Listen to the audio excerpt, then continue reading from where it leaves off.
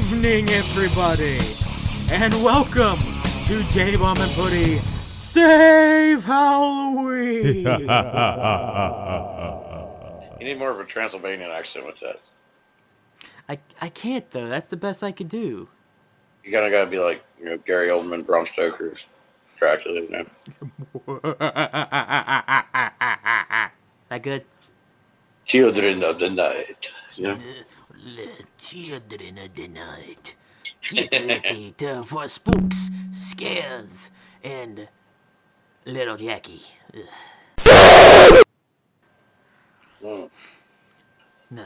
Welcome, everyone. Hello.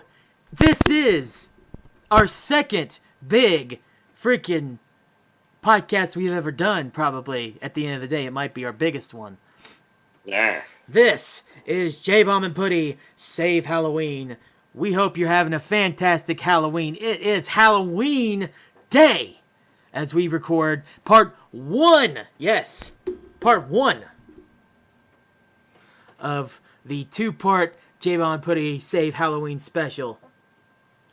A holiday that's so awesome and it needs 2 episodes. Oh, absolutely, dude. We went all out for Christmas last year, no doubt about it. Mm-hmm.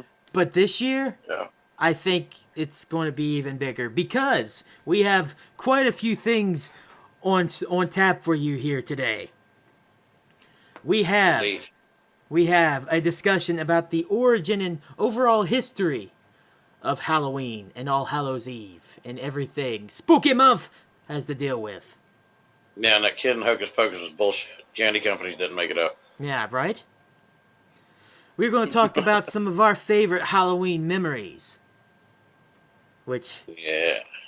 This could be interesting. Could be. We're going to discuss some of the best Halloween costumes of the time of Halloween. Whether it be some that we've had on ourselves, or some that we've seen that we wish we could have had. That's a good one, yeah. I like it. And to finish up part 1, we are going to have a discussion about J-Bomb's Halloween Countdown, which, number 1, I can't even believe it. Yeah. And J-Bomb J-Bomb will start us on with that discussion. So, that is part 1. In part 2, we have a doozy for you. Because just like we did with Dogtooth, only this is actually going to be a good film. Yes, a good movie. We are going to be watching along with The Thing. Yes. We are not going to have the audio of the film on, obviously. We are going to just comment as the movie goes on and try to be entertaining and hopefully not just be paying attention more. Because, J-Bomb, you're probably going to have to be more talkative than I am there because I might actually start paying attention to it because I've never seen The Thing. It's a classic. I'm psyched that you've never seen it and I get to watch it, doing this podcast with you. Absolutely. So, yeah, if you haven't seen The Thing as well, everybody listening, or you have and want to watch it again with us, like we're sitting right alongside you talking shit. Mm-hmm. We're going to give you that opportunity. Right there along for the ride with you. And then we'll end this amazing podcast with a little advice to get you through the night. That'll be part 2. That'll come on later on tonight at probably around 7 or 8. Not 100% sure. That'll be Future Puddy's problem to deal with, not mine. Nah. But right now, this is our normal, regular podcast starting at 1 o'clock. We hope you have one hell of a time. And I hope you survive.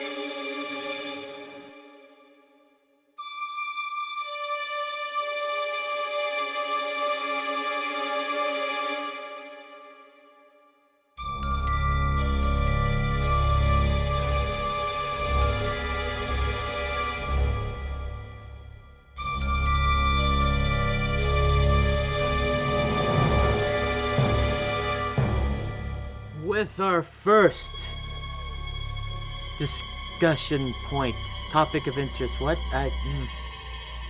should I call this? Wow, thanks. Happy Halloween to you too, asshole. Trick or treat, motherfucker. We are going to go over some ancient origins of Halloween. Some origins, the meaning of Halloween, the overall history. We're not going to go super in depth.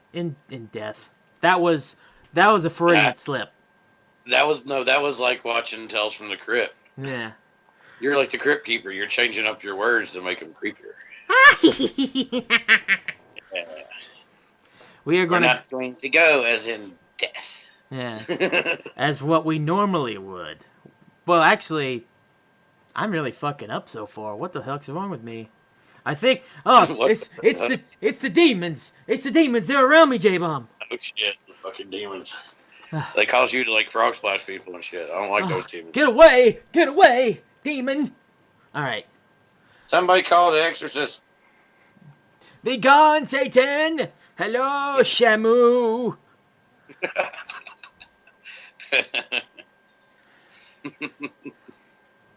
So let's talk about some origins of Halloween. By the way, I am looking up Halloween 2020 by History.com, updated on October 28th. So, that gives you the article that we are going over when it comes to actually talking about this stuff, so hopefully our asses don't get in trouble. Halloween originally dates back to ancient Celtic festival of Samhain. The Celts who lived about 2,000 years ago, mostly in the area that is now Ireland, the United Kingdom, and northern France, celebrated their New Year on November 1st. No, I did not know that.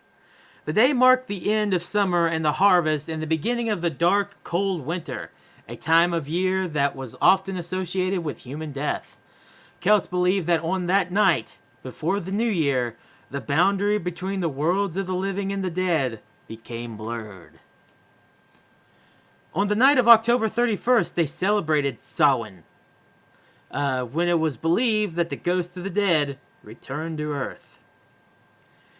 In addition to causing trouble and damaging crops, Celts thought that the presence of the otherworldly spirits made it easier for the Druids or Celtic priests to make predictions about the future. For a people entirely dependent on the volatile natural world, these prophecies were an important source of comfort during the long, dark winter. Nice.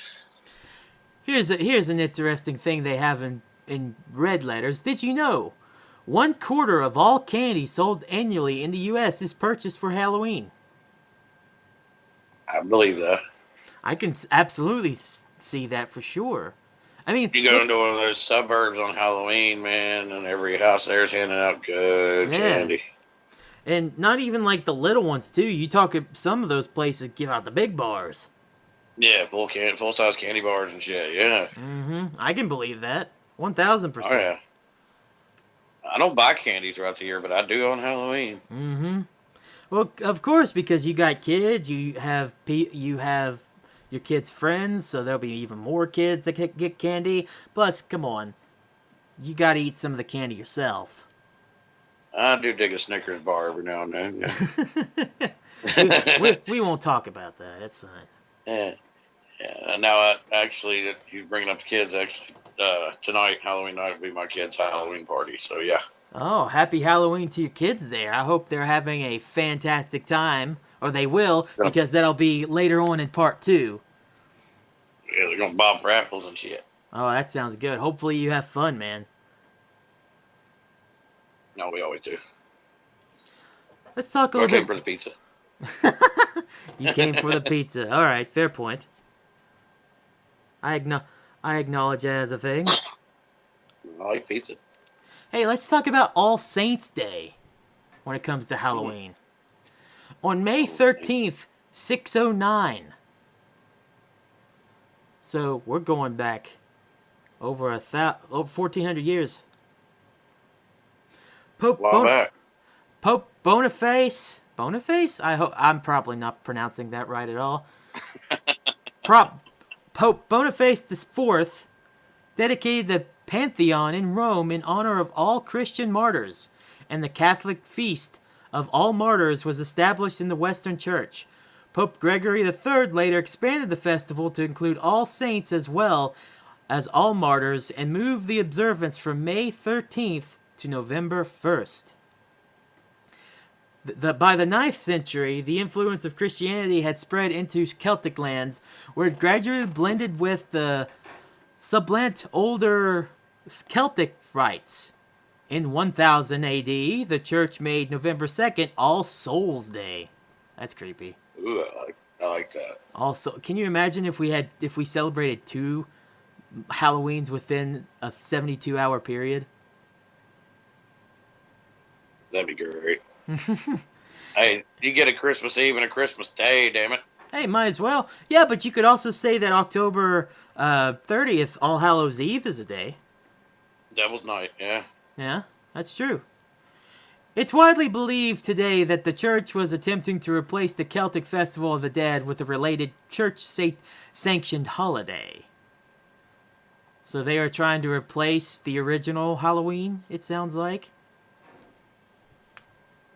Done it with Christmas, too. Well, yeah, let's not go into that one. We will in a couple of months. This is Halloween, damn it! All Souls Day was celebrated similarly to Samhain, with big bonfires, parades, and dressing up in costume as saints, angels, and devils. The All Saints Day celebration was also called All Hallows, or All Hallowsmas, from Middle English. Oh, dude, no. I'm not. All Hallow Messy. Dude, I can't. I don't know how to read good. Your pronunciation sucks. No shit. That means All Saints Day. And the night before it, the traditional night of Samhain in the Celtic religion began to be called All Hallows Eve, and eventually Halloween. So that's weird if you think about it, because if the Christian religion put it on November 2nd, but eventually moved it to November 1st,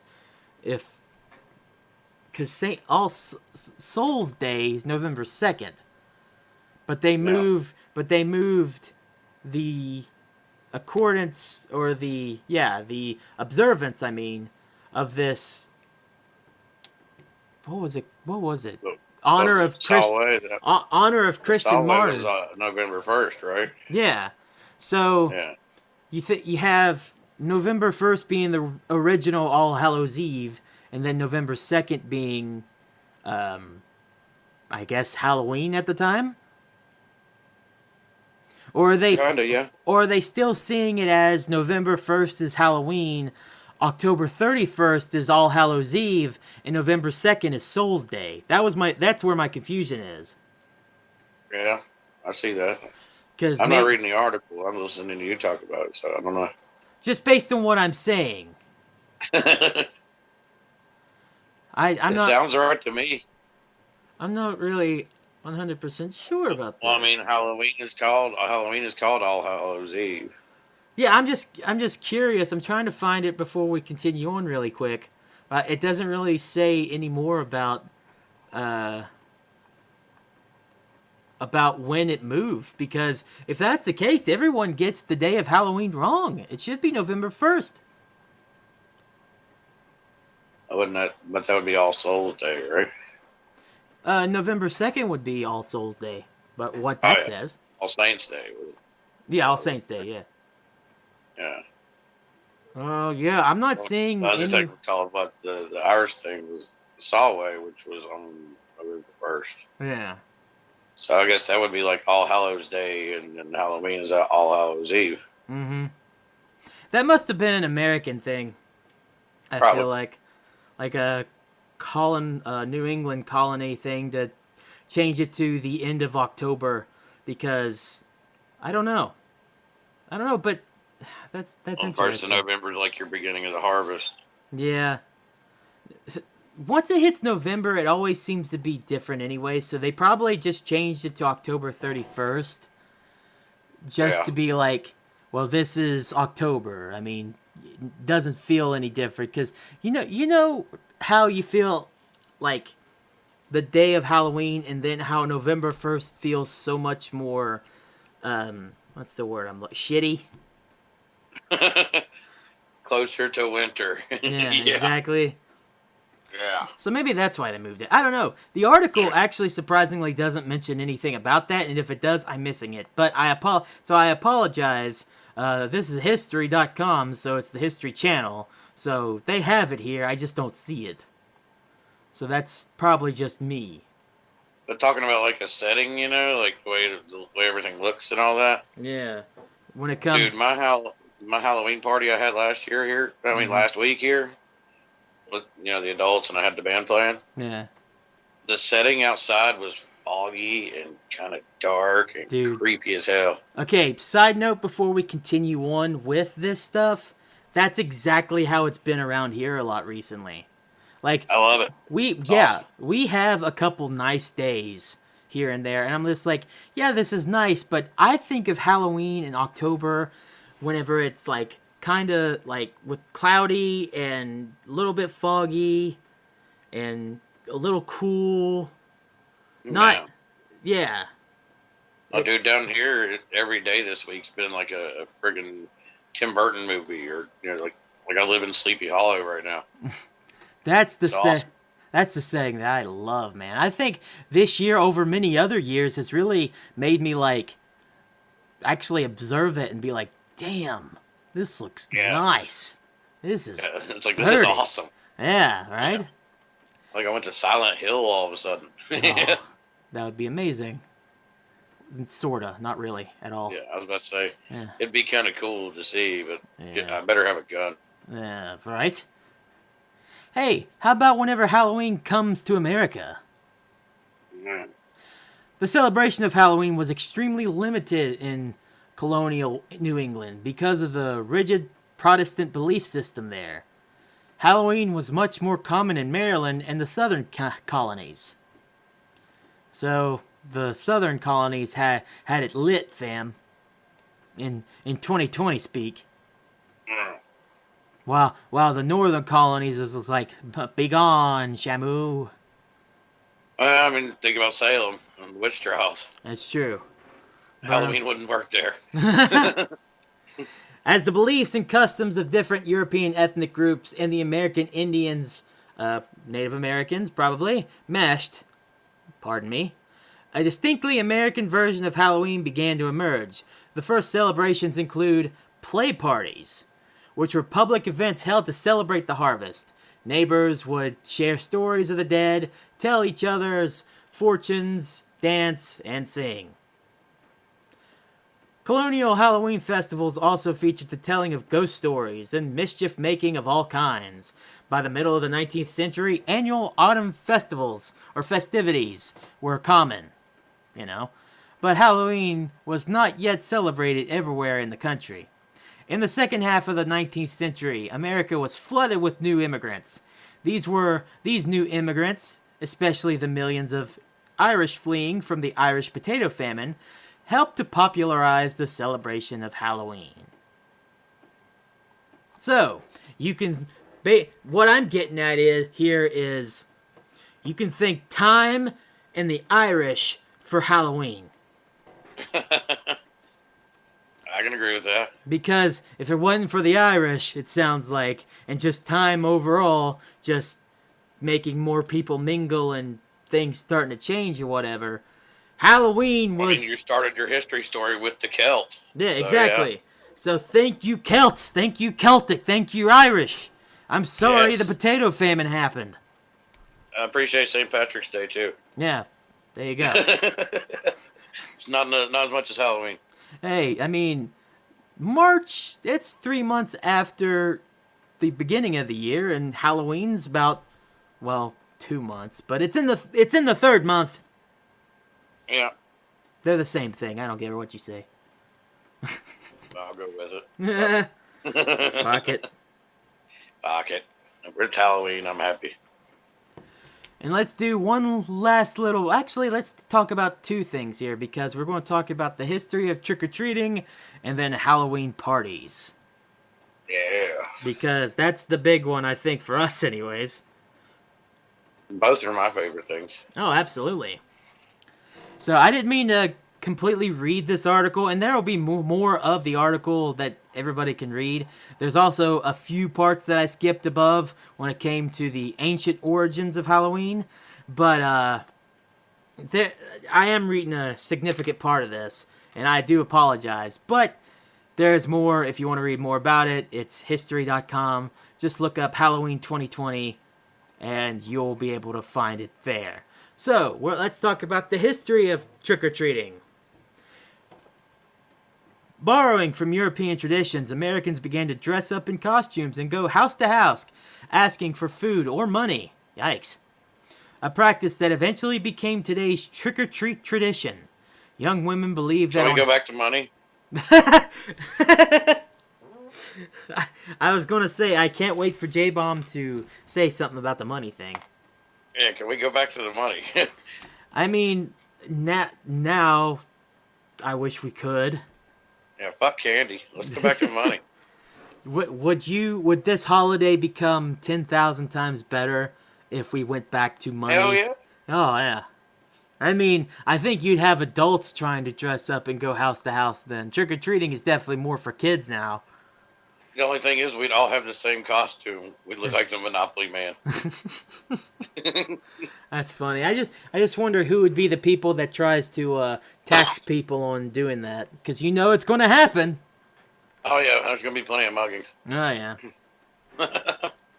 In the late 1800s, there was a movie in America to mold Halloween into a holiday more about community and neighborly get-togethers than about ghosts, pranks, and witchcraft. At the turn of the century, Halloween parties for both children and adults became the most common way to celebrate the day. Parties focused on games, foods of the season, and festive costumes. Parents were encouraged by newspapers and community leaders to take anything frightening or grotesque out of Halloween celebrations. Because of these efforts, Halloween lost most of its superstitious and religious overtones by the beginning of the 20th century. All those assholes need their asses kicked. I could argue that that's kind of coming back. Not here. Really? Is it definitely more toned down Halloween garbage? In my house is I got one room that looks like a kill room from Dexter. It's plastic. Oh, no! I was talking about your community. I know that your house definitely meets more of that the early 1800s actually fucking frightening type deal. Yeah, those assholes wanted to remove it all. Yeah, yeah. But what I'm saying is, I feel like in 2020 now, I feel like the frightening and grotesque part of Halloween is starting to become more welcomed and more happy, good. Nah. You don't think so? Not really. If you just look at horror movies in general nowadays compared to what was considered scary back then, ooh. That's fair. Okay, well, what about like around the 80s whenever all those big horror films were coming out, like Jason, Friday the 13th, Nightmare on Elm Street? I mean, I'm glad you brought that up a little bit. Last year there was a show on TV called Eli Roth's The History of Horror. Yeah. And each episode kind of delved into each horror genre. And they got into the serial killers and the slashers. And, back in the 70s, 80s when this stuff kicked in, teenagers loved it. And the adults and even the government even tried to get involved and completely blasted it. Mm-hmm. And it disappeared for a while. It disappeared back. It was actually when it disappeared was back before Freddy and Jason. Yeah. It was back with the George A. Romero, the gruesome stuff, and it all died off for a long time. And that's when Chucky kind of took power.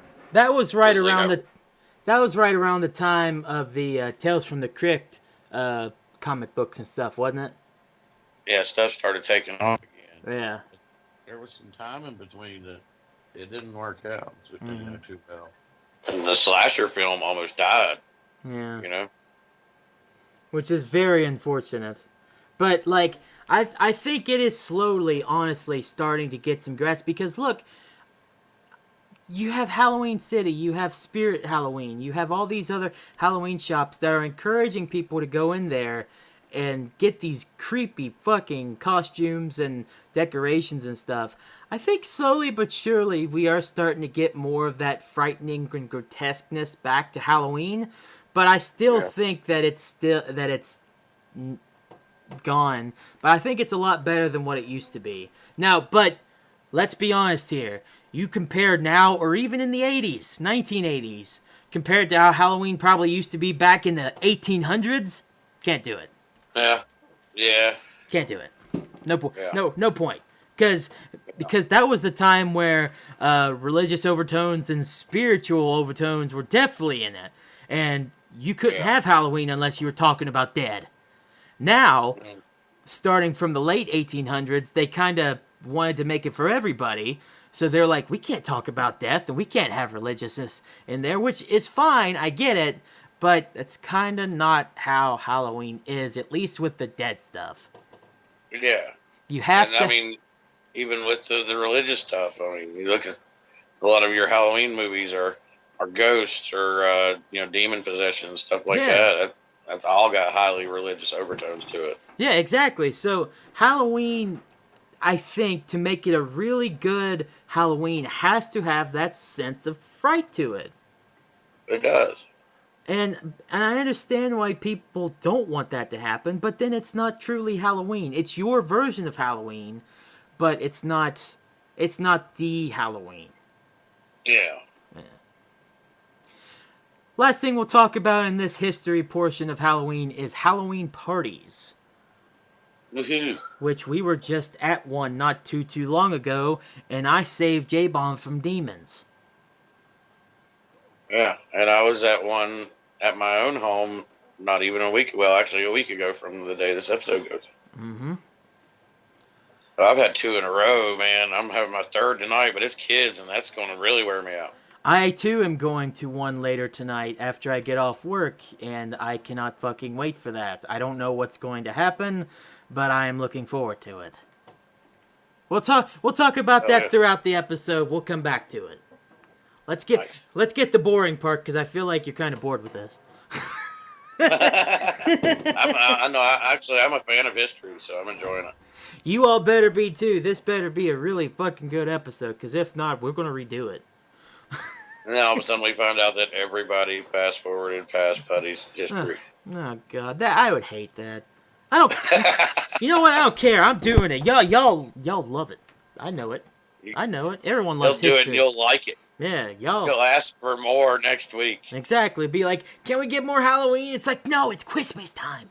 Okay, anyways. We need more. Can we get more history at least, Mr. Puddy?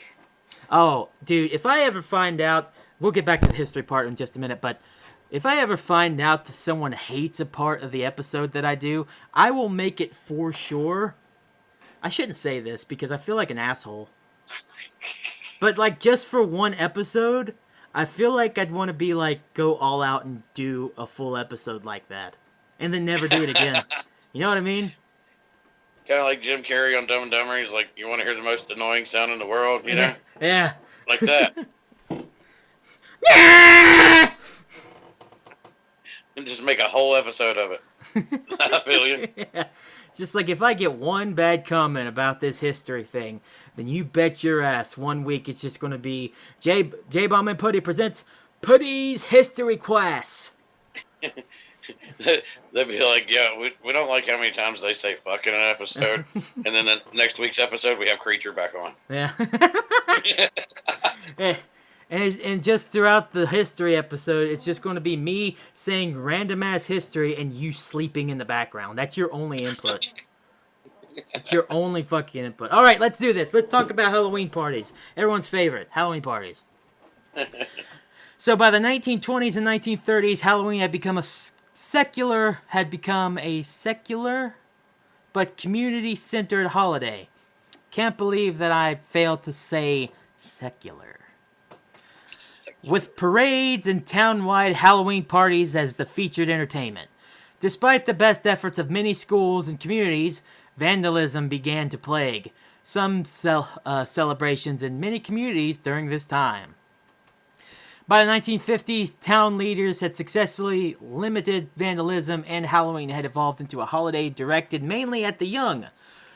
Due to the high numbers of young children during the 50s baby boom, parties moved from town civic centers into the classroom or home where they could be more easily accommodated. Between 1920 and 1950, the centuries-old practice of trick-or-treating was also revived. Trick-or-treating was a relatively inexpensive way for an entire community to share the Halloween celebration. In theory, families could also prevent tricks being played on them by providing the neighborhood children with small treats. Thus, a new American tradition was born, and it has continued to grow. Today, listen to this, Americans spend an estimated $6 billion annually on Halloween, making it the country's second largest commercial holiday after Christmas. I can totally buy that because I probably spend a fraction of that amount of money myself every year. Absolutely, dude. I can believe that myself. But something I can't believe, from what it sounded like, there was a point where trick-or-treating kind of got abolished. Did you hear that? No. Well, remember what I said. Between 1920 and 1950, the centuries-old practice of trick-or-treating was also revived. Yeah. So, I wonder, going back to where in the late 1800s, there's a move to make things less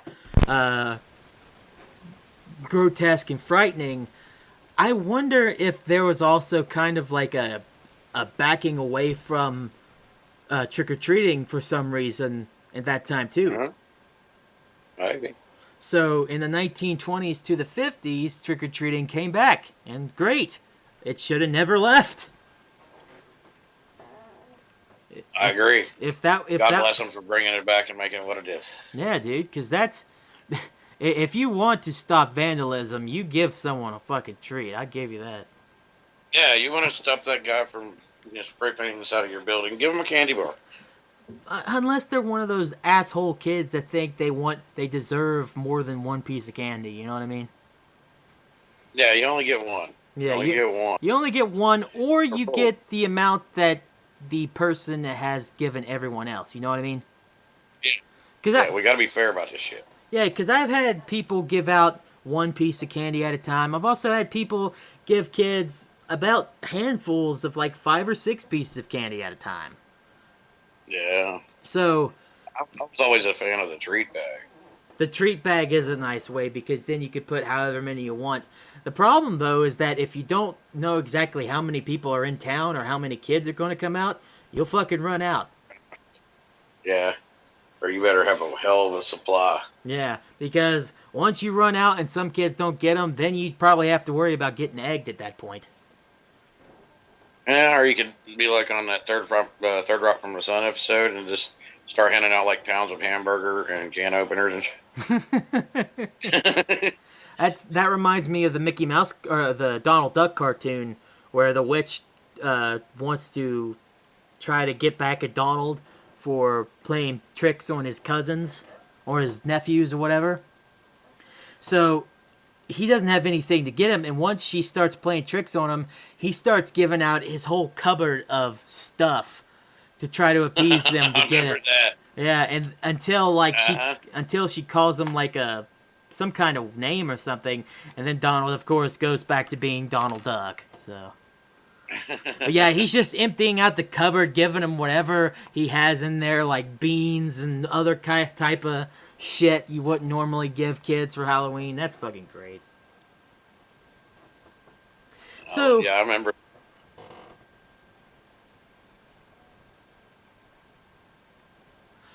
So that will end our little history lesson. I hope I didn't bore you all to death. But from the sound of it, Halloween has a much deeper history that we could get into, but we need to move on because we have so much more to go on with. Yeah. So let's move on, shall we?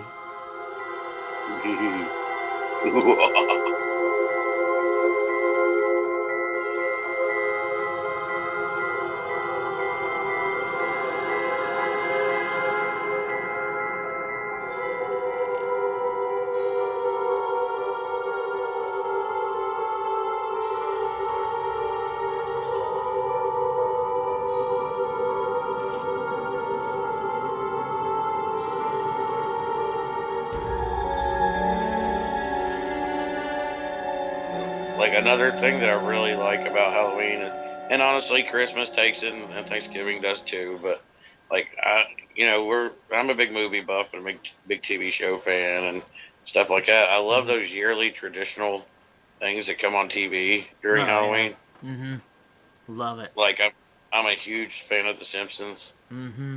And for like 30 years, they've done a Halloween episode, and they've all been awesome. Oh yeah, Treehouse of Horrors is always some of the best stuff they do. Like I love that shit. Even as The Simpsons have gotten progressively worse and worse, Treehouse of Horrors is always good. Yeah, I mean, the whole season can suck, and then Treehouse of Horror is just great. Yeah. I remember the Alfred Hitchcock episode they did was awesome. Mm-hmm. They did like the crisscross, like Bart and Lisa agreed to kill each other's teachers.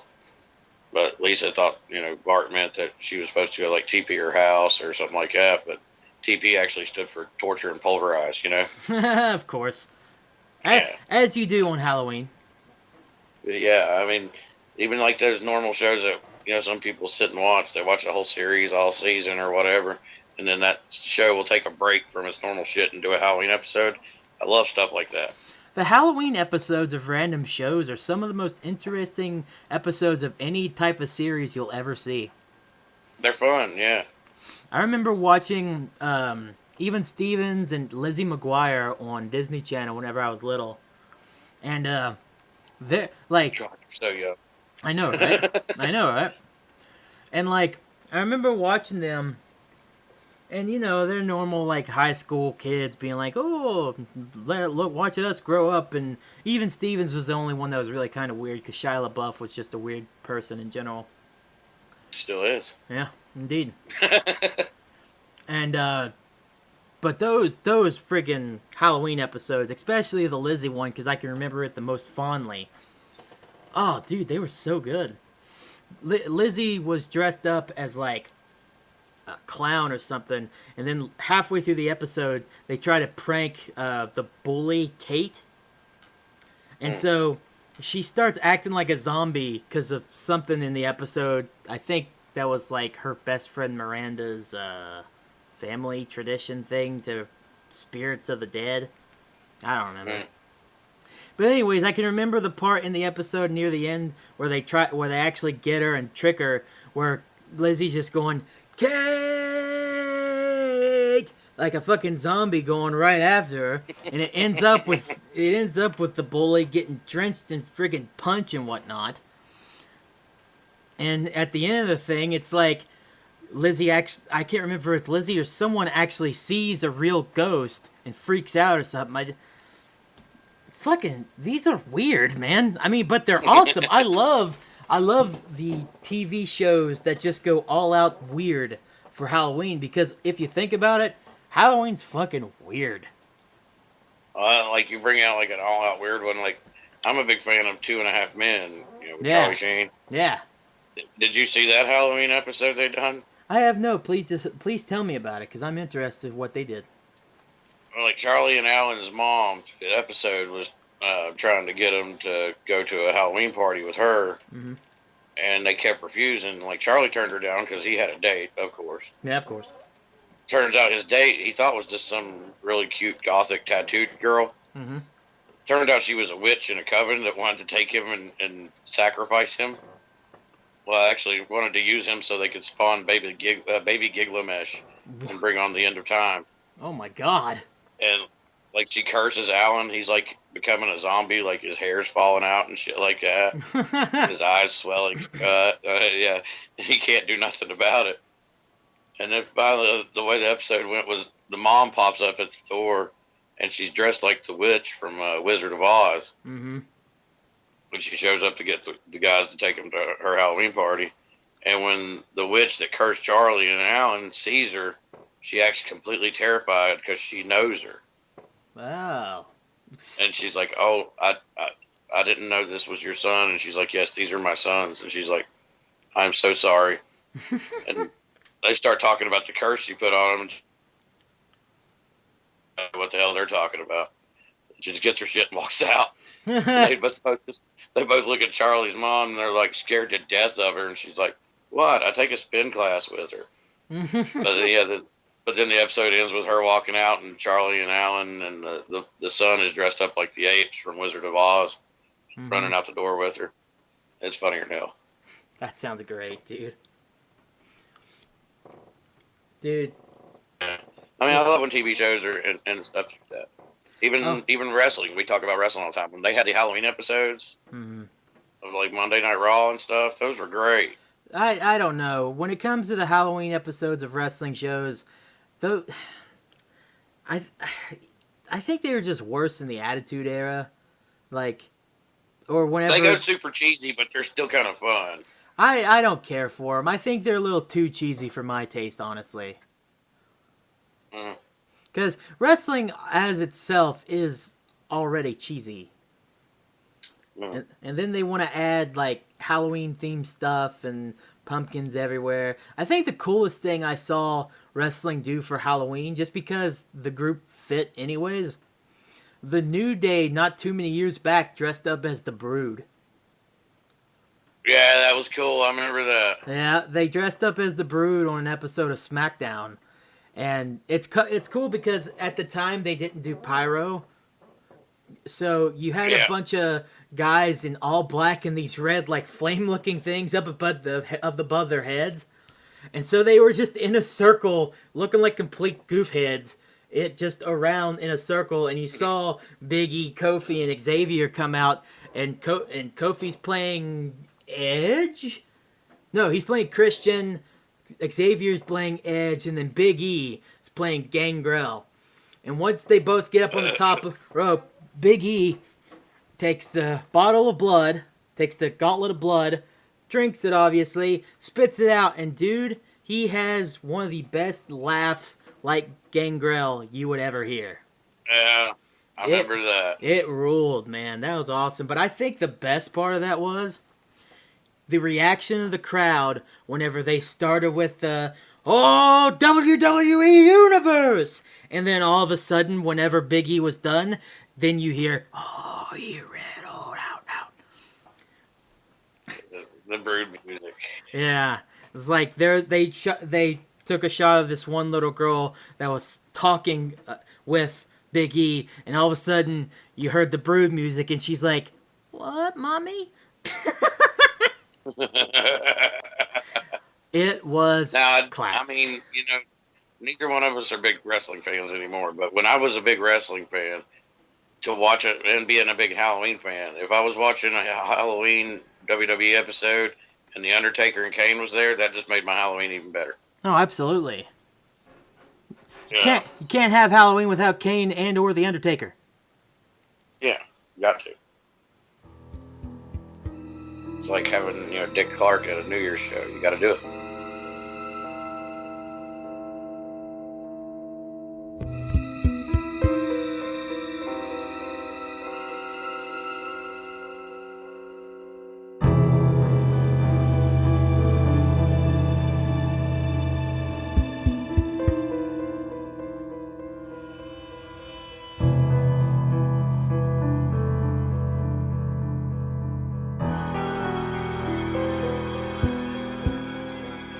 Just like with Christmas, I think we should talk about some of our favorite moments, favorite things to do at Halloween, our favorite memories of Halloween time. And if you don't mind, I'll go first. I don't have many, just because Halloween to me, I didn't do anything on Halloween. Not anything that I can remember right offhand.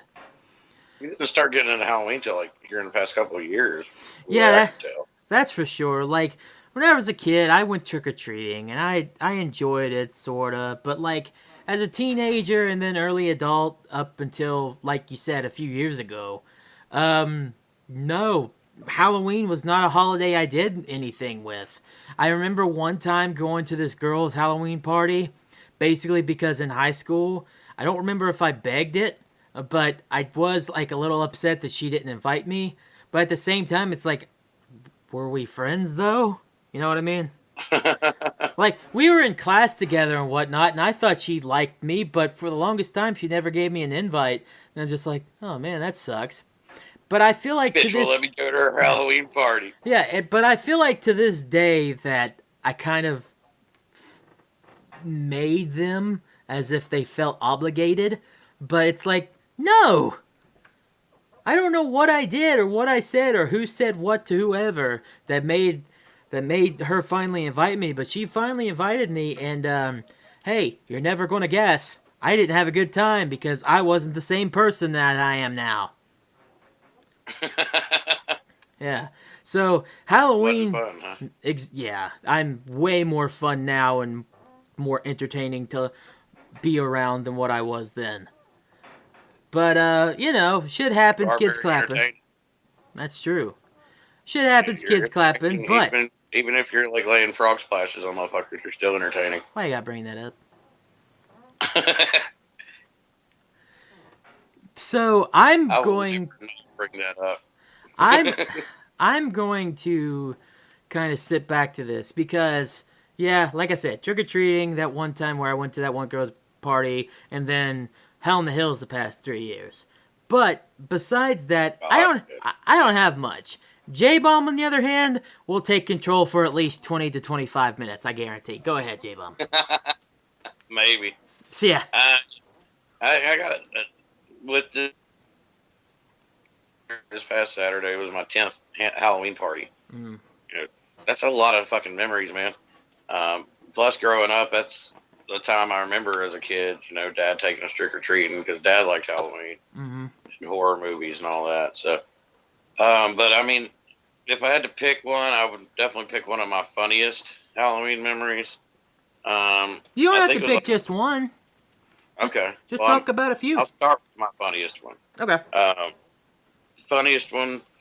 It was probably my fourth or fifth Halloween party that I'd done in a row. Mm-hmm. And my friends all came over, and we was all in costume because I require costumes. Right. And we all was like, okay, do we got everything we're going to need for the night before we start drinking?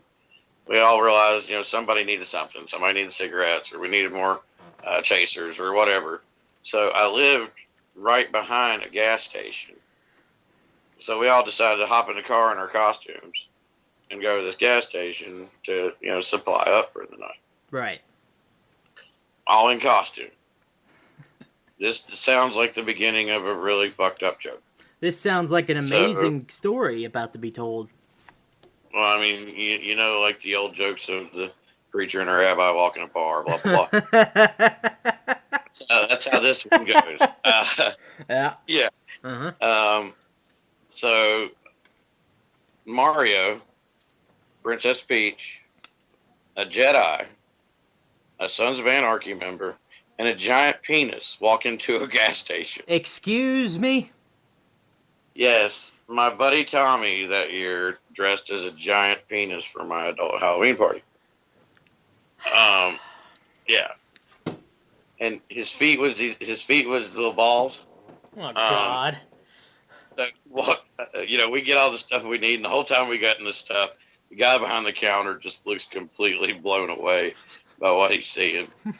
And we walk up to the counter with all of our stuff, and Tommy just grabs his balls out from his feet and plops them up on the counter at this gas station. For like years. Well, I lived there for about 2 more years at that place behind that gas station. Every time I walked in that gas station, that dude was like, I remember you. I was like, oh, do you? And he's like, yeah, and I remember all your friends too. And he says he tells everybody that story when somebody asks him about the craziest story he has working there. Yeah, me and my buddies take the cake probably on that one. It was an interesting night, and ended up being one of my big parties that year was awesome. Had a blast. We always do here though. And then I'd say another great Halloween memory was, like I tell you every year, it's taking my kids trick or treating and watching them flip out and lose their minds. And they get into it like I did when I was a kid. So you put them in a costume, and they're not in a costume; they've become that person. No, yeah, I can imagine. Yeah, my son was Iron Man last year, and it took everything to talk him out of jumping off the roof. He was Tony Damn Stark, because I don't know if you've seen pictures last year. I even colored his hair and I painted the little Tony Stark mustache on him. I did see that. He looked just like a tiny Tony Stark. Mm-hmm. But yeah, this year my daughter's going to be Harley Quinn, and she has been acting like it. Yeah, she's been running around the house being sassy as hell here lately, saying she's Harley Quinn. But yeah, taking my kids trick or treating is always a great memory, and it gets better every year that I get to take them. Won't be taking them this year, but I got a feeling that the party's going to make up for it 10 times over. Oh, for sure, dude. You're having a big party for your kids. I think they're going to be okay with not going trick or treating. Yeah, and right now the numbers, if they all show up, I'm looking at 16 kids for sure, and up to 20. Nice. So that's plenty of children. And I got a lot of cool games planned for them, and my kids just like to see any kids come over and hang out. So all of them in a costume and getting to play games. Yeah, they're going to sleep really good tonight. Oh yeah. Yeah, whenever they hit that part. Makes me. Did you ever see the old movie? You probably didn't because you weren't a Halloween fan. But there was a movie back in either the late 80s or early 90s called The Witches. No, I have not. It had Angelica Houston in it, who plays, Morticia Addams in the original Addams Family. Yeah.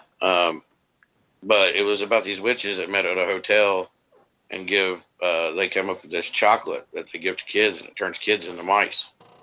Because witches hate children. They want to turn them all into mice and get rid of all the children on the planet. Yeah.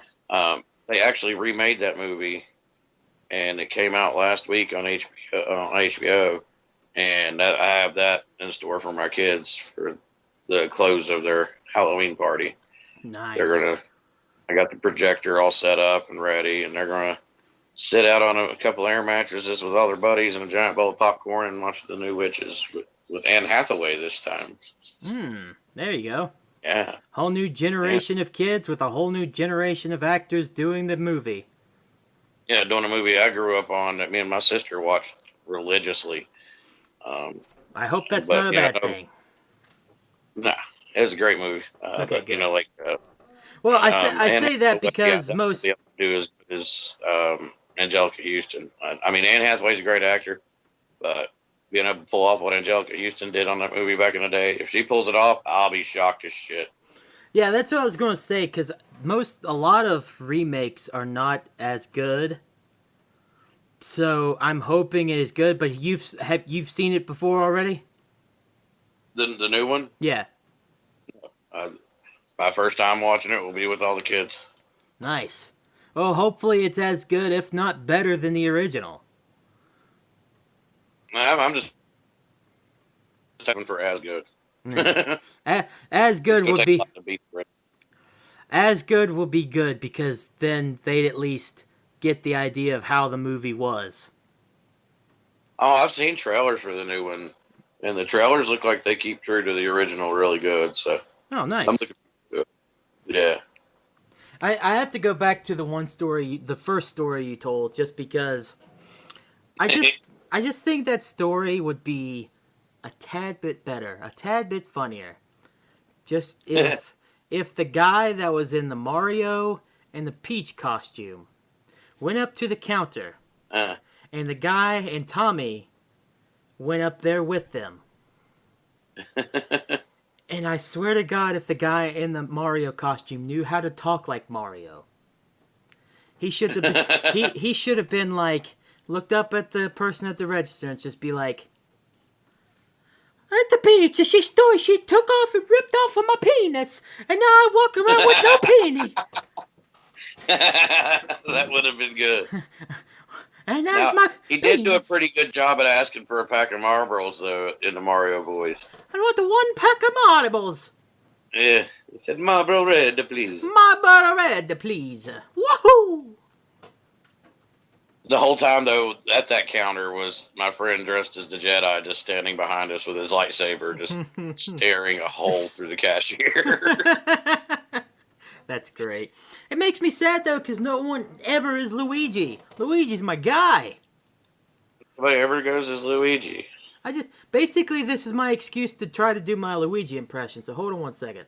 Are they different? Well, Mario is more upbeat and like, woohoo, yeah! Luigi's like, wah.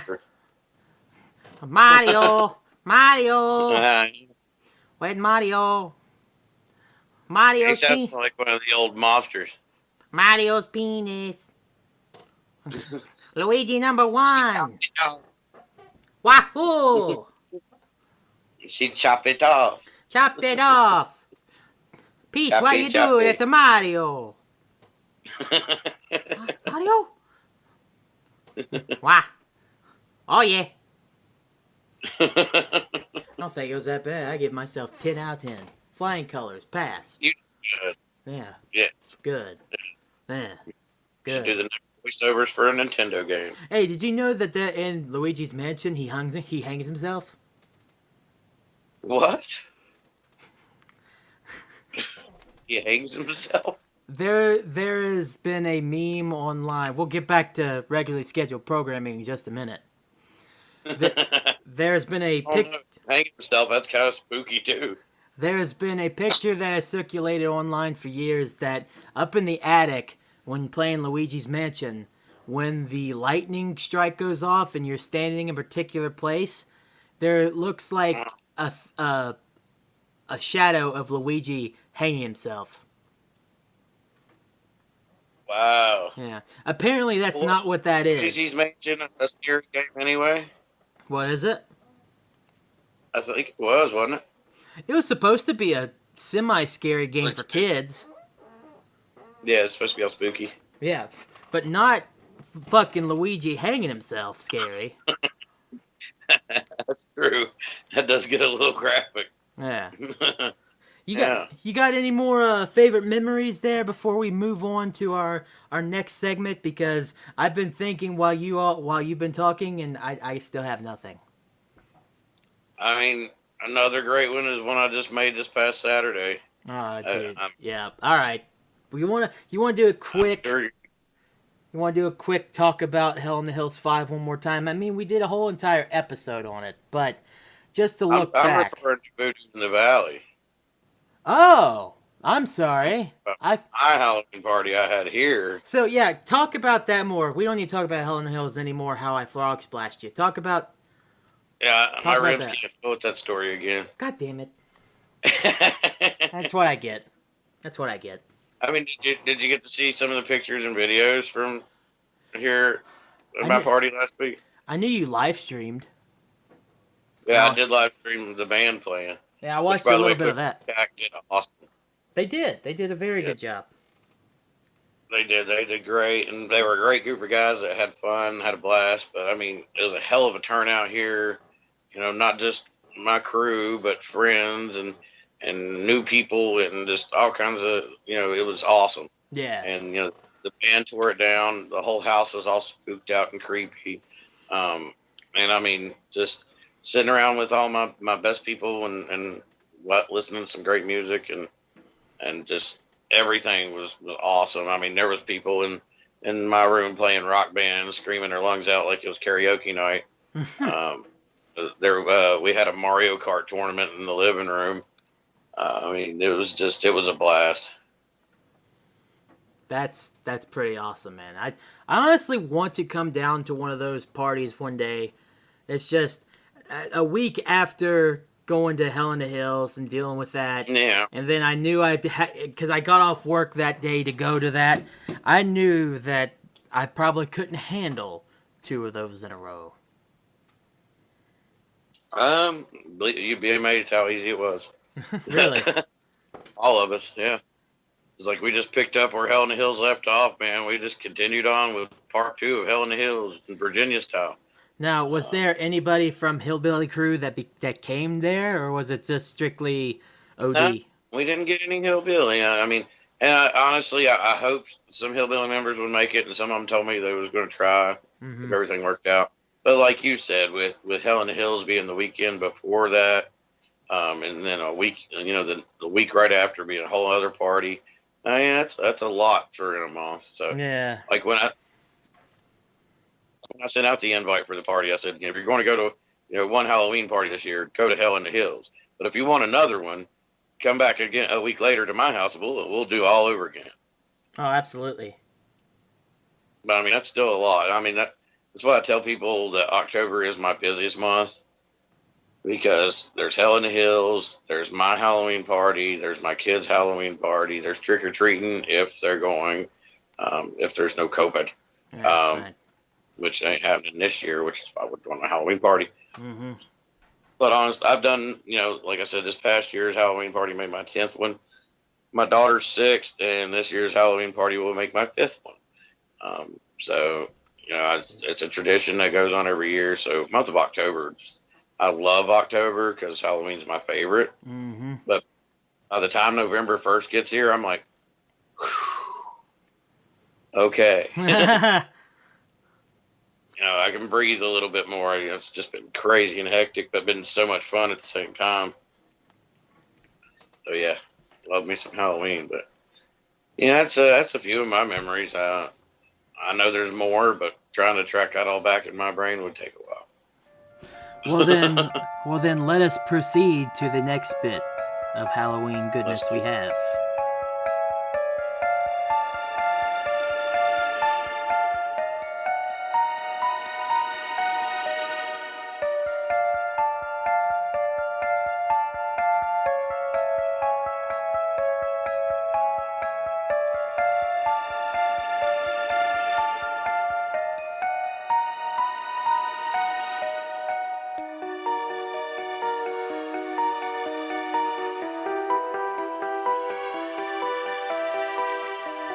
Well, you can't have Halloween without one thing. And we've already talked about candy, so you can do that. And we talked about it slightly during the history section, but, dude, we gotta talk about costumes. And we gotta talk particularly about our best costumes, and even maybe our favorite costumes that we've seen. I'll be honest with you, Jbomb. Your costume at Hell in the Hills and at the Valley thing that you did might be one of my favorites, Mr. Silent Bomb. Jay and Silent Bomb. They showed up everywhere this Halloween. Because, you have to fit into it, and this isn't a little joke, but you fit in it very well. That's what I told people at the party, and they was like, dude, you make the perfect Silent Bob. I'm like, I'm short and fat. It comes with the territory. God damn it. But I'm assuming Silent Bomb isn't the most favorite costume that you've had, though. What are some of your best costumes that you've had or seen throughout the years? Oh, God. Yeah. That's why I'm starting with you, because this one will be like, oh, damn, let's see how many he's got. I mean, I try to throw down every year with something that gets people. The year I went as the demon, you remember that? That was a great one. I loved the face paint on you that day. Carrying around Negan's bat. Yeah, I did my own version of Finn Balor's demon, and I loved it. Putting it together was fun, painting up. I kind of know how Jeff Hardy feels now, how much he enjoys picking up. Right. And it was just, to see people's reactions was great. The year before that, though, I was Negan. Yeah, that's why you had the bat. Yeah, I made my own Lucille, and the year before that, when I was Negan, I had the same reaction as when I was Silent Bob. Mm-hmm. We colored my hair perfect, and people were, staring at me, and it was like, dude, you look just like Negan. I'm scared you're going to hit me with that fucking bat any second. Bat rules. So, yeah. Shit, I've been Batman. Now, dude, this is a funny one. When I was a kid, and this will show how old I am. When I was a kid, trick-or-treating, Mortal Kombat had just came out, a year or two before that. Yeah. And I decided to be Raiden for Mortal Kombat. Really? That's cool. Well, it was cool to me. Yeah. And it was cool to kids my age. Mm-hmm. But I went around trick-or-treating, and where Mortal Kombat was kind of a new thing, video games were kind of, just now taking off. Everybody thought I was a fucking mushroom. Oh, no. Oh, you were Mushroom My dad Bomb. tells stories about it. Yeah, my dad tells stories about it all the time. He's like, yeah, Jack would go up on the porch, looking all badass, Raiden style, ready to electrocute a motherfucker. And then the old people would be like, oh, look, he's a mushroom. And he's like, and then Jack would just get really mad and be like, I'm Raiden, give me my candy. Young Jack fucking just gets mad at the old lady that thinks it's a mushroom. I mean, come on, man. What a dick. You thinking you a badass you thinking you a great elder god ready to, electrify millions, and no, you a mushroom. You a piece of fungus. You're a mushroom. Forever a mushroom. No. I was thinking of how to shorten a nickname for that, and I was thinking of Roomba, but call you Room Bomb. Room Bomb. Room Bomb. You are officially Room Bomb. Mushroom J-Bomb. Holy fucking shit. Oh, there's Silent Bomb. There's Room Bomb. Room Bomb. There's. I think somebody called me Neeg Bomb when I was Negan. Neeg Bomb. All right. Neeg Bomb. Yeah. How about? Yeah. How about Jay Baller? There you go. I like that. That one's a little stretched though. It didn't sound as good, but. Or Finn. How about Finn Bomber? No. Yeah. You gotta have it as J or Bomb. Yeah. Gotcha. Yeah. Maybe Finn Bomb or Demon Bomb. Demon Bomb. There we go. Demon Bomb. Yep. Demon Bomb wins. Demon Bomb wins. Demon Bomb wins. Easy makes sense. I like it. Yeah. I dig it. Copyright it. I want $1 every time somebody says it. Well, we go back to the problem I had with the original one because, like you said, Halloween was never my thing as a kid. And it's just more recently in the past few years became my favorite thing. I do have a favorite costume, and I'll get to it in a minute, but just a little backstory. As a little kid, my costumes were lame. I'm pretty sure, I know. I went as an M&M and a Planters peanut. Nice. Were you Mr. Peanut? Like you had the hat and the monocle and shit? I did. Nice. I was a fucking bag of trail mix for at least 3 years. Because I think I wore the M&M twice. Nice. Right? Did you go as a Chex Mix piece one year too? Fucking, I wished. I wish. it would have just felt right at that point, you know. Yeah. It's got to be in order, you know. Yeah. But in middle school to high school, I actually was able to find a costume I liked because it kind of related to what I was into, wrestling, and it was kind of easy to do. I dressed up as John Cena. Nice. Yeah, and I actually had one of the original Chain Gang T-shirts, if you remember that. Yeah, It was the all white one with the Chain Gang logo in camo. Yeah, on the back it said, "My time is now" or something like that. Champ is here. Yeah. You had the wristbands and all that. Oh fuck yeah, dude! I had that band that went on your arm, on your wrist. Yeah. And I had the spinner title. They have the high tops. Yeah. You had the what? I had the spinner belt. Yeah.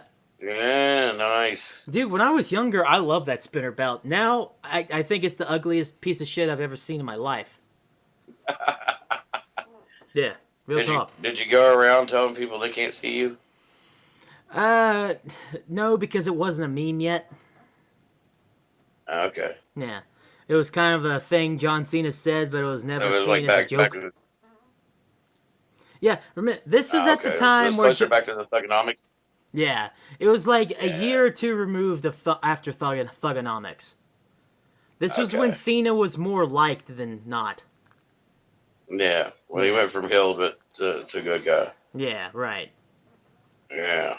So that happened, and then I got lazy one year and I went as a football player just because I was in football in middle school. So I was just like, fuck, I'll just wear like my pads and stuff going around getting candy or whatnot. And that was like the last time I trick or treated.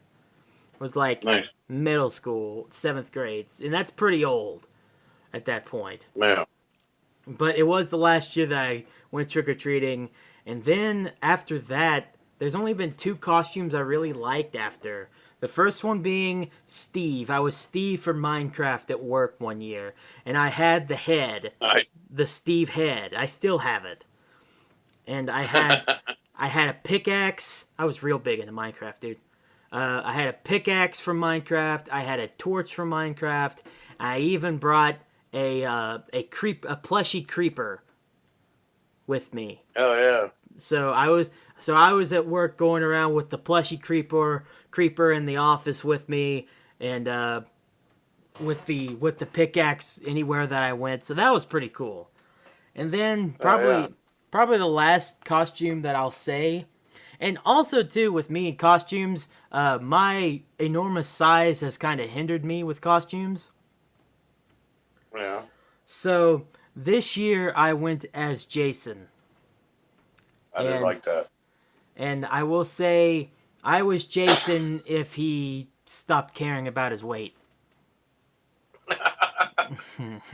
If he didn't chase campers so much. Right, yeah. If he only did it like once every few years and not like every time someone comes up there, which is a lot, it seems. Yeah. I did like you, Jason. You pulled it off nicely. It also helped too because no one knew I was coming, so I had that mask on the entire time. But it just sucked because there's no way I was going to be able to fool anybody into who I was. Just because you see how big I am and you go automatically think if you know me, you're like, oh, that's Putty. Yeah. Which sucks, but you know, I was at least able to get Lulu because she didn't think I was going to be there. And whenever I was heading into the cabin, I was like, "Hey, Lulu," and she's like, "Who might this be?" And so I lift up the mask. Her and Calypso are there. She's like, "Oh," they're both like, "Oh, it's Putty." I'm just like, "Hi, how's it going?" So I didn't get Skinner, but I did get Lulu and to an extent Calypso. So I was kind of happy about that. Yeah. So now I do got to say though, you bringing up wrestling, it made me remember another one of my favorites, and it's actually not just a favorite costume, but it's a favorite memory. Was years ago before I got into pest control, I worked for Dish Network in a call center, and they had every year at Halloween they would let the trick or treaters come in, and there would be a tour guide that would take them through the whole call center to each section of cubicles, and they would get candy through the whole call center. And I was a trainer, so I got to be one of the tour guides, and I went as Rey Mysterio. Oh yeah. And I ordered the $50 mask off WWE shop. I bought one of the 619 thing T-shirts. You know, the one that had the big, it was the black shirt with the big white mask on the front of it. I had the Eddie Guerrero armband. You know, I had the elbow pads. I mean, I was decked out. I even went to a fabric store and bought the fabric and made actual Rey Mysterio pants. I mean, they were shiny as shit. And kids actually thought I was Rey Mysterio at that thing. Nice, dude. They thought Dish Network paid for Rey Mysterio to come in, because at that time I was only about 140, 150 pounds, and I was in better shape, looked better, you know, as far as, you know, in that kind of same shape as Ray was at the time. Yeah, you could have pulled it off. Yeah, we're the same height. I grew in my goatee, and that was back when he was like braiding it and twisting it up and stuff. So I did that with it. And my neighbor at the time, huge wrestling fan, he had a world title belt. And I don't mean I don't mean like the plastic one you buy at Walmart. He Right. ordered one of the $400 gold title belts. Like legitimate replica. Yeah, like a replica, yeah. Yeah. And he let me take that to work with me, so I walked around the call center all day as Rey Mysterio carrying around this big world heavyweight title. And, yeah, there was kids trying to get my autograph, and I was like, I'm not really him, you know, right? I was just done it anyways. Just been like, hey, my day's made there. Bam, there you go, kid. I'll tell you this, I probably took 200 pictures that night. Every kid wanted a picture with Rey Mysterio. It was cool as fuck. Speaking of that, whenever I went to Steve, a little kid actually got a picture of me with them as Steve. So that was pretty cool. And I wanted to be really cool. That was at the time I actually cared about working at Piggly Wiggly. Seems like so long ago. Yeah. But I actually had a copy of Minecraft with me. I had forgotten I did this. And I was going to give it to just one random kid. And I gave it to that kid. Nice. I totally, I don't know what reminded me, but I totally just remembered that after we took that picture, I gave that kid that copy of Minecraft. Yeah. So that was cool. It only sucked because I had to buy the game again, but you know. Yeah. Still, I mean, that's a good Halloween memory, and you made a kid's night, you know? That is probably like, now I think about it, I think that is my favorite Halloween memory. Going back to that, along with probably my second favorite costume. My first one's obviously probably John Cena, just because that worked out and it actually looked kind of decent, and I wasn't as fat, even though I was still pretty big for my age. But I think favorite memory definitely was the Steve thing, and Halloween, or the costume was definitely John Cena. Nice.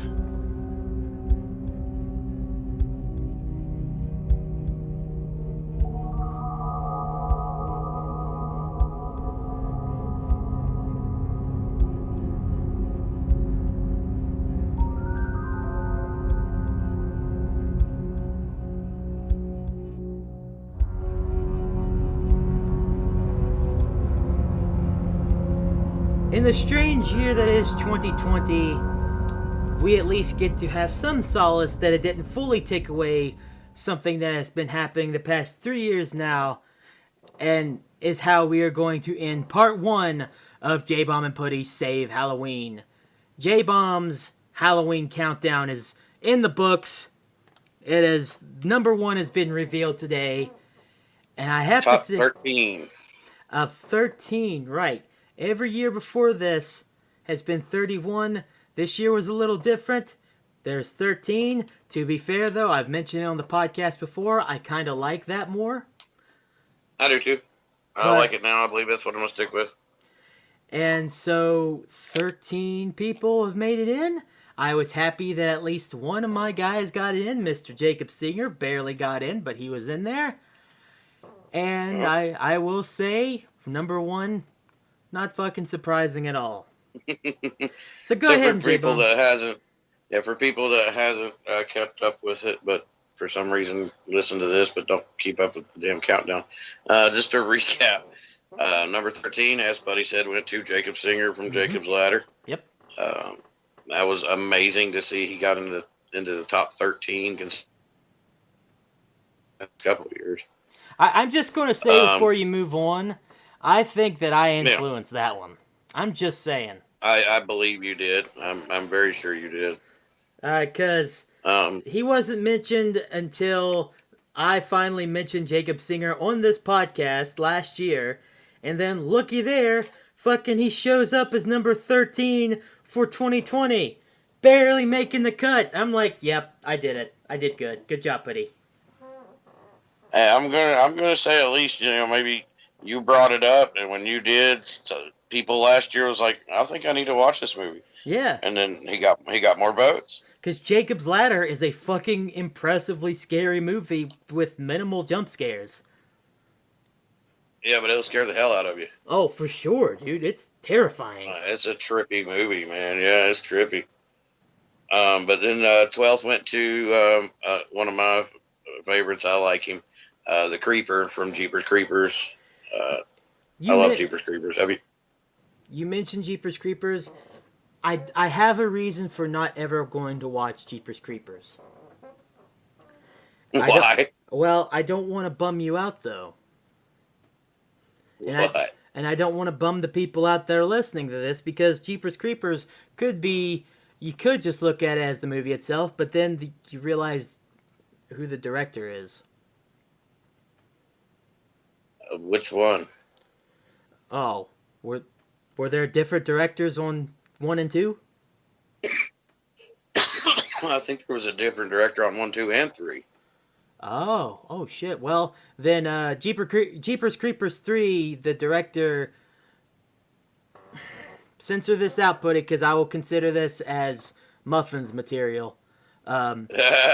Director of Jeepers Creepers 3 allegedly is a sniffer. Really? Yeah.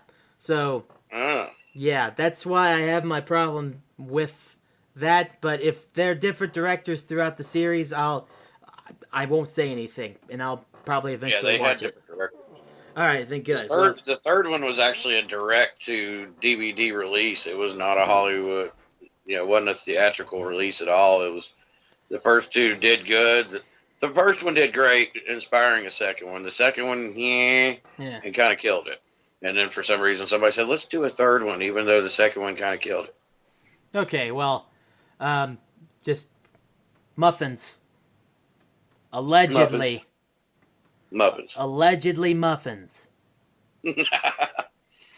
So continue on. I'm sorry. Number 11 on the countdown is a personal favorite of mine. We talked about him before. Beetlejuice. You got Halloween.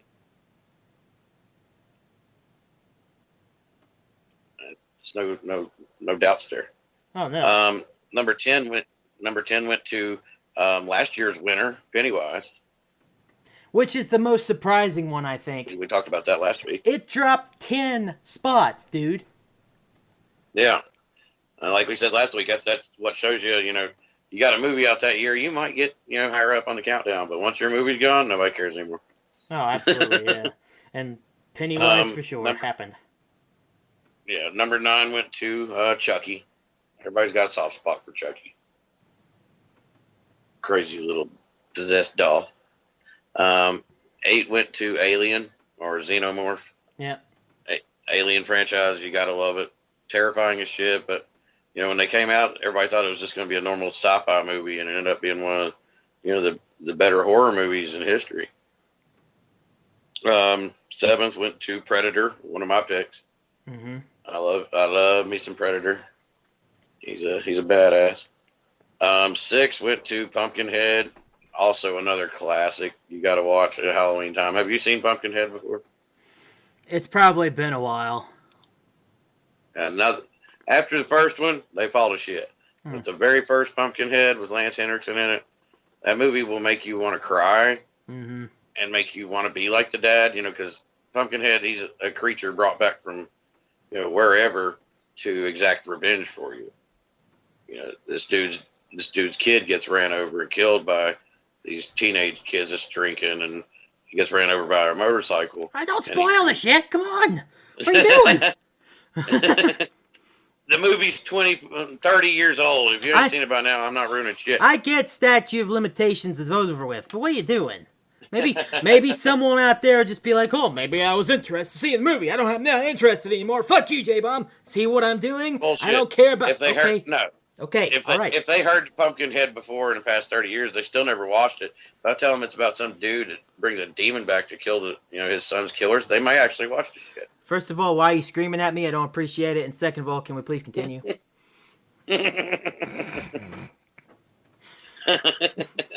Number 5 goes to one of my favorites as well, and one of my votes, Jigsaw from the Saw series. That one makes sense.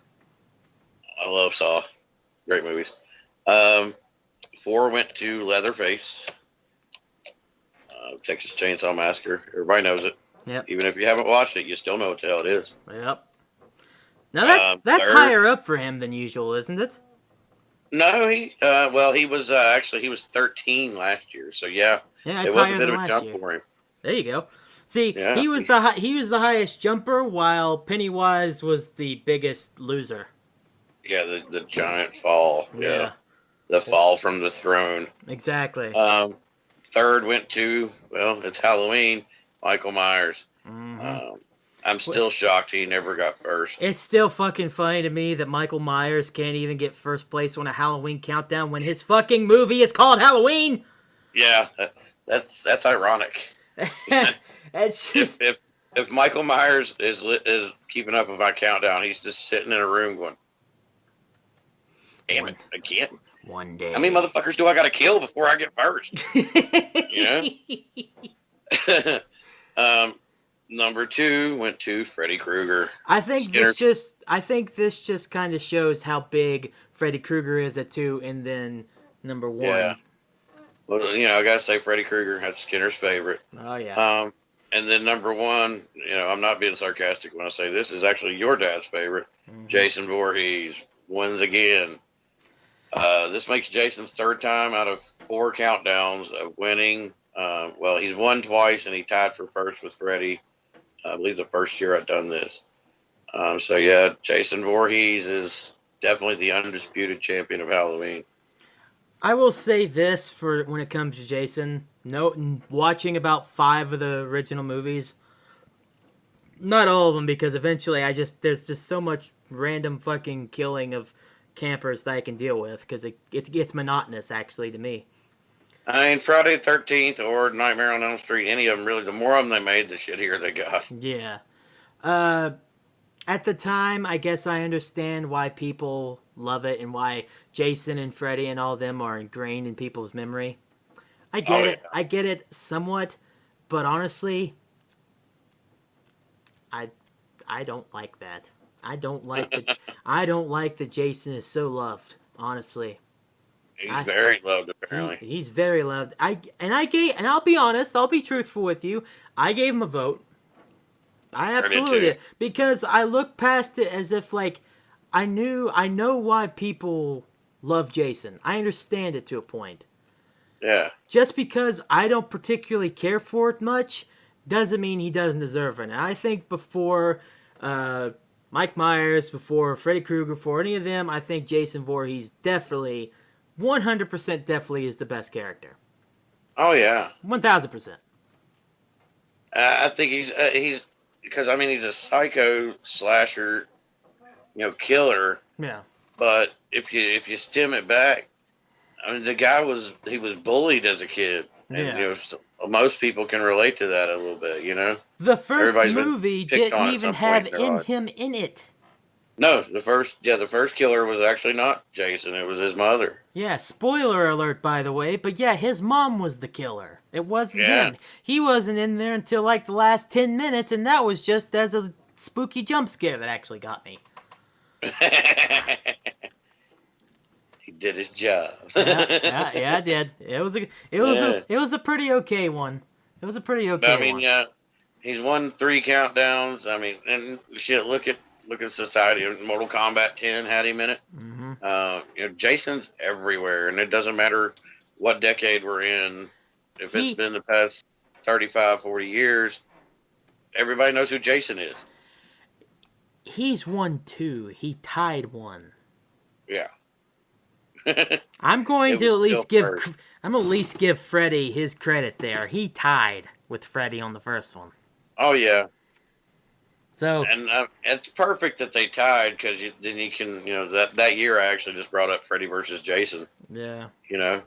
Which was was a funny ass movie, but it was good. I like Freddy versus Jason. It was entertaining. Mm-hmm. And watching them brawl at the end of that movie was like watching WWE, UFC went to hell. was that last fight. It was cool as hell, So, yeah, Freddy versus Jason, I believe, will always be the brawl that we end up getting. So I think out of just the first 4 or 5 that you've done, I think it's pretty clear where this list is always going to go. Jason's going to be somewhere up there, and if there's a big hit type star that kind of gets it one year because of a movie coming out, Pennywise, they're going to get it. Side note, once again, I'm really surprised the Sanderson sisters were nowhere even close. Yeah. I expected them to at least be in the countdown. They weren't even in the countdown. They weren't even voted for. In the original 31 planned, they weren't even given a vote this year. Nope, it was not. Right? Now I do got a prediction for next year. Yo. I'm predicting Myers will finally take Halloween. You think so? With the movie? Well, they do have the movie coming out, and Jamie Lee Curtis coming back. It might be his best chance of taking that trophy, taking that win. Early predictions, I 100% agree with you. 100% agree. Because I was thinking of that, too, because I was like, when's that movie come out? Was it this year or was it next year? I think it's next year. Yeah, if the new Halloween movie comes out with Jamie Lee Curtis in, I totally agree. I think Mike Myers will finally be number one. Early prediction would be if he doesn't, he'll be number 2 to Jason. Yeah. Yeah. I'll go with that. Because I don't know of any other horror movie at the moment that is as big hyped up as Halloween is. Yeah. So I honestly believe it's going to be for number 1 spot. At this moment, it's going to be between Mike Myers and Jason. Sorry, Freddy Krueger, you don't have a movie coming out next year. If you did, you'd probably have number 1. But it's just Robert Englund has said several times that he's still in good enough shape to play the role. They just won't fucking let him. Yeah, so that is the early predictions for 365 days from now. Hopefully I'm right. Hopefully you're right. I wouldn't mind seeing a new winner. I wouldn't mind seeing the guy who's in a movie named after the fucking holiday finally win the damn thing. Do you honestly think it's going to happen, though? Depends on how good the movie is. Cross your fingers and let's hope it's good. Yeah, if the movie pops and it gets a lot of reactions, he'll win. Question is, will it pop as good as the remakes of It did that got Pennywise first place last year? We'll see. Indeed. Time shall tell. This has been part 1 of this podcast. Now, if you're curious, first of all, Jbomb, what do you think so far? Think this is a pretty good one? I'm enjoying it. It's something I like to talk about, so yeah. Halloween is your thing for sure, man. Let's look at a recap. Jbomb, you're good at recaps, but I'm going to take control of this one here. Just a recap of what we've talked about so far. We went over a little bit of history, and Jbomb almost fell asleep on me. Talked about some TV specials for Halloween, which is a very interesting one. Yeah. For sure. We then went into our favorite Halloween moments, and then our best costumes and our favorite costumes throughout the years, with some moments coming in there too, some forgotten moments from the time before. And then we finally left off just now with Jbomb's Halloween countdown. Freddy, number 2, Jason, number 1. No tie this year. Before he takes the win again. Oh, for sure. I had to start with number 2 because if you couldn't tell, I almost said Freddy got number 1. Yeah, you almost pissed off some people. I did, but no, Jason is number 1 again. 13. I'm just happy that Jacob Singer's in it. 13 is fine because Jacob's Ladder inspired Silent Hill, so I'm totally okay with that. Hey, maybe next year he'll rise up in the ranks. That's what I'm hoping. I'm looking for 12th next year. Hey, that's good. That's a good goal. That's good. 12th. Go up 1 at least. Yeah. Just 1, yeah. So stay with me, peeps. Tomorrow, though, Jbomb, are you interested in seeing what we have in store? Actually, since you're the master, since I'm the master of the recaps and you took it from me, I'm going to take this one from you. Go ahead. Go right ahead. Our next episode later on tonight, like we discussed a little earlier, if you're sitting around listening to podcasts, want a movie to watch tonight? Watch a movie with us. Join us for John Carpenter's The Thing. Classic Kurt Russell movie. Scares the living shit out of you. Full of gore, full of horror, full of monsters, full of paranoia. Great movie. We will be listening to it. We will not be having the audio in the podcast, but we will be doing commentary on it throughout the movie. So please come and join us as we watch The Thing. Great movie. Can't wait. We also have some advice to give out that will be at the end of part 2. We're not going to end part 1 with advice for now. We're going to leave that for the end of it. And I think we need to hear from Lil Jackie and Steve, because last week we heard a little bit from Steve, not enough to really care about, and I honestly don't give a shit about Lil Jackie, but if he's still being quiet since Hell in the Hills, I might get a little concerned. Maybe. I think little Jackie will be watching The Thing with us, and he will be commenting on it. He'll be going in and out there too? Yeah. All right, well, Steve's coming. He'll be here. He'll be here to watch the movie with us too. So in and out with Steve and little Jackie with us, I think will be a very interesting show and tell of The Thing. Yeah, so instead of watching The Thing with just Jbomb and Puddy, you can watch it with Jbomb, Puddy, little Jackie, and Steve. Yeah, so get ready to mute about half your audio when it comes to Lil Jackie and Steve. Yeah. Yeah. Damn it.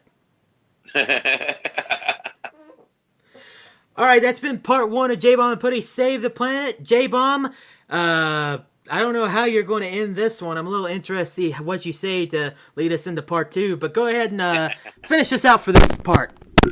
All right. Hope you join us later on the night for really one of the coolest movies you'll watch if you like horror. Get the popcorn ready. Happy Halloween. Let's celebrate it right. Let's enjoy a kick-ass movie. And until later tonight, stay metal. It's a spooky day. Ooh. Scary.